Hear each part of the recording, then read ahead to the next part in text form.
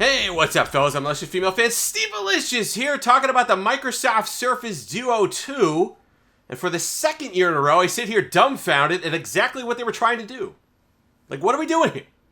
I thought that they would take the year. Now, the first one I gave a pass to because everyone said, well, it wasn't meant to be a phone at first, and it kind of got transformed into a phone, and that's how people started using it. So then they had to make adjustments on the software, and that's why it was delayed and all the rest of it. Okay, fine. You get a pass. This one, you know it's going to be a phone. And what they did was, they made it harder to use as a phone.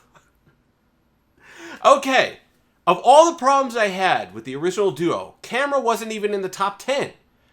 Everyone said it's supposed to be a productivity device, something like you do email and you writing on things and signing documents and whatnot. You don't need the camera for that. Could the camera have been a little bit better on the inside? Sure. Did we need an entire camera hump system on the outside glued to the phone?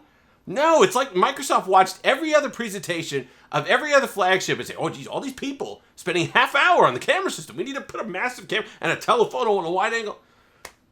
And now you can't even shut it flat or fold it over flat, which I thought was the biggest advantage of the first Duo.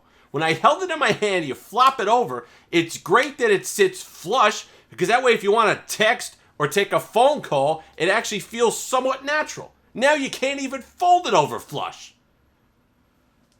90 hertz is fine. Snapdragon 888 is good. They put up-to-date specs in it because it wasn't delayed. 128 gigs is a little odd for a $1,500 device, and that brings me to the next point. This had to be a show-me device. This had to be something where Microsoft came out and made good.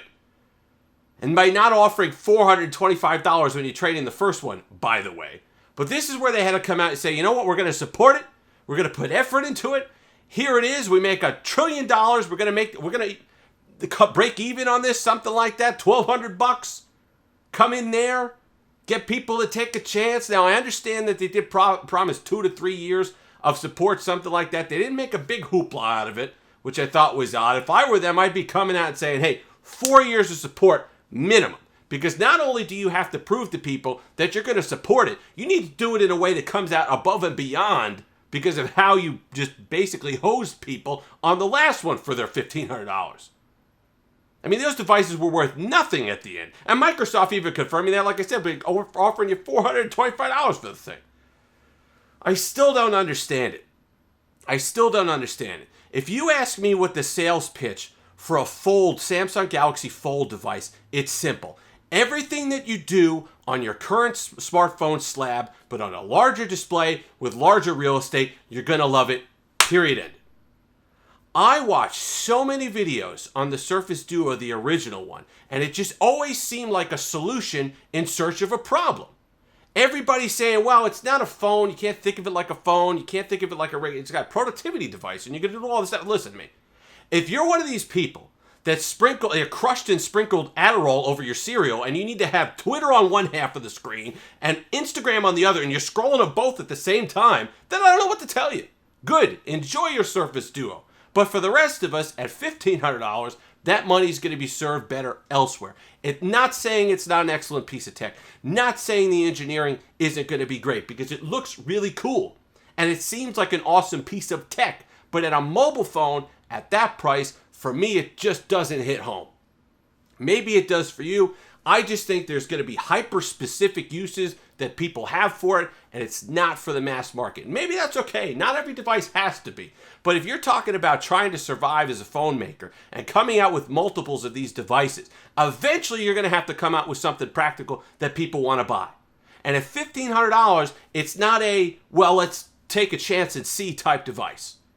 $1,200? Might be getting one, right? $1,100? No brainer. Nice hardware for that. Might be worth learning how to use it, learning certain things for it. But at $1,500, you look at the Surface, the Laptop Studio, which I think is a really cool piece of hardware technology that they have from Microsoft coming out, starts at $1,599. Get yourself a regular smartphone, pick up a Laptop Studio, and you're good to go. And I don't want to hear about the pen support anymore. The same thing with the Fold. I understand it's nice and it's good to have, but that's one of those things that always strikes me, unless it's mission critical for your job or for your use case, that's something you leave home after the second week, right? My test is always, I like to go out with 4 phones, okay? I have an iPhone and an Android phone. I like to carry a BlackBerry, sometimes a Windows Phone video. But if you know American football here in the United States, right, there's a 2-minute drill, 2-minute offense, no huddle. If you got to leave the house in 2 minutes, what's making the cut?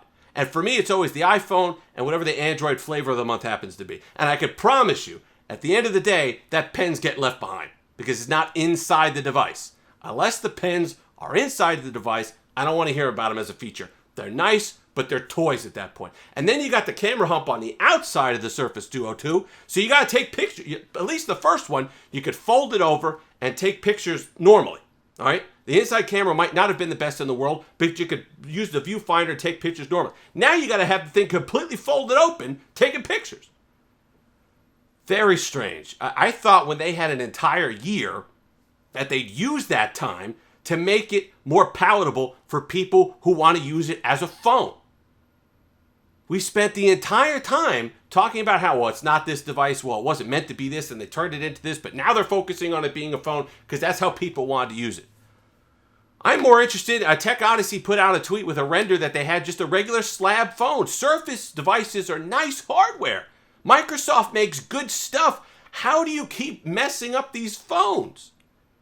Very strange. And that, like I said, it's not to say it's not going to be a nice device. Not to say it's not going to be cool.